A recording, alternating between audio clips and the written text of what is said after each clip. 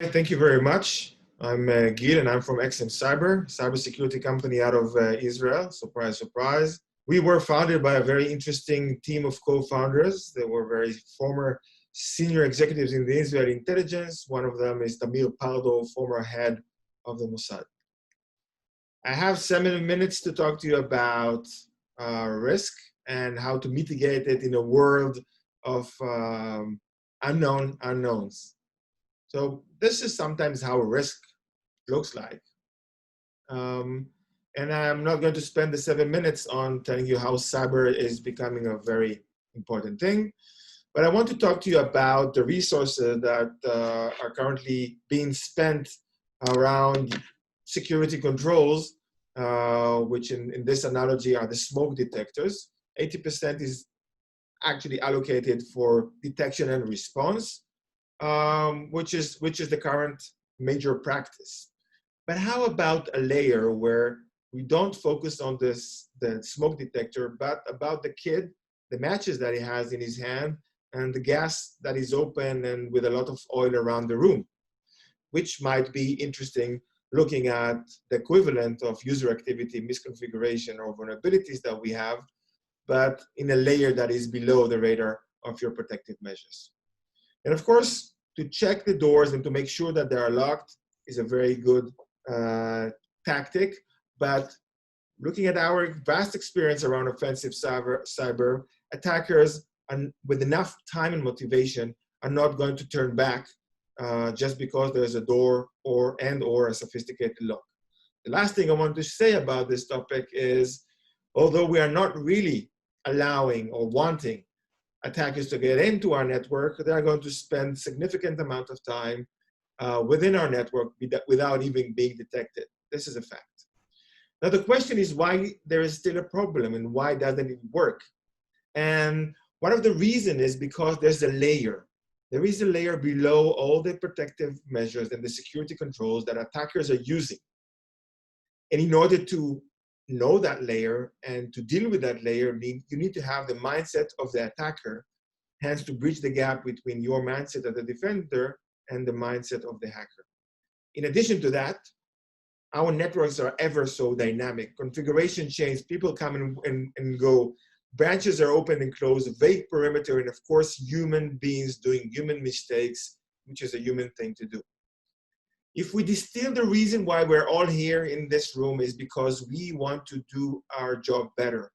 And to distill it in one sentence, we're talking about making sure that our critical asset and crown jewels are really safe. And how about answering this question in a continuous way?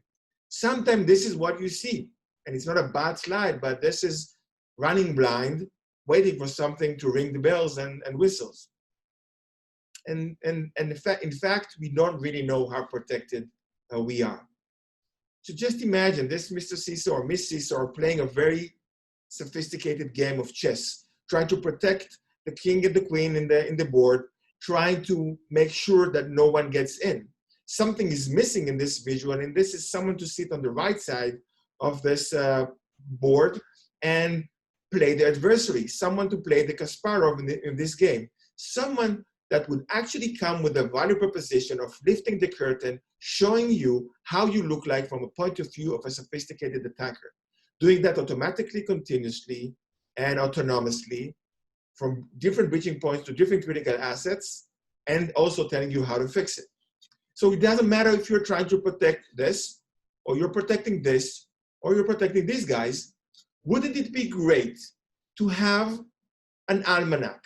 Wouldn't it be great to master the art of being in front and actually work and understanding what the future holds in terms of having foresight capability and a foresight report of what would happen by mimicking the activities, rather than dealing with a breach report or a forensics report and holding that in your hand. Nothing is bulletproof, but how about starting with answering two main questions that we have to ask ourselves continuously in 2020. A, are my critical assets secure?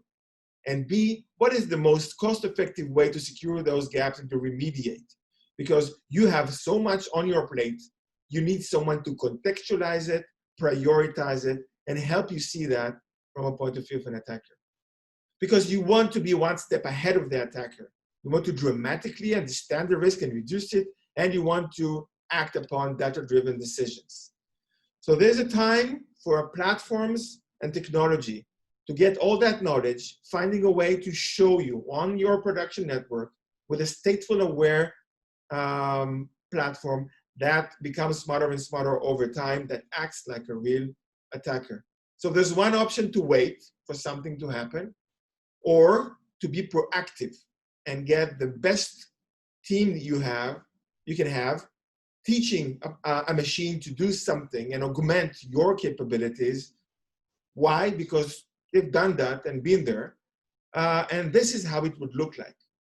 This is actually a way to visualize risk and to augment capabilities. This is lifting the curtain and having virtual attackers using hundreds and thousands of tool techniques and methods and getting the red team mission done.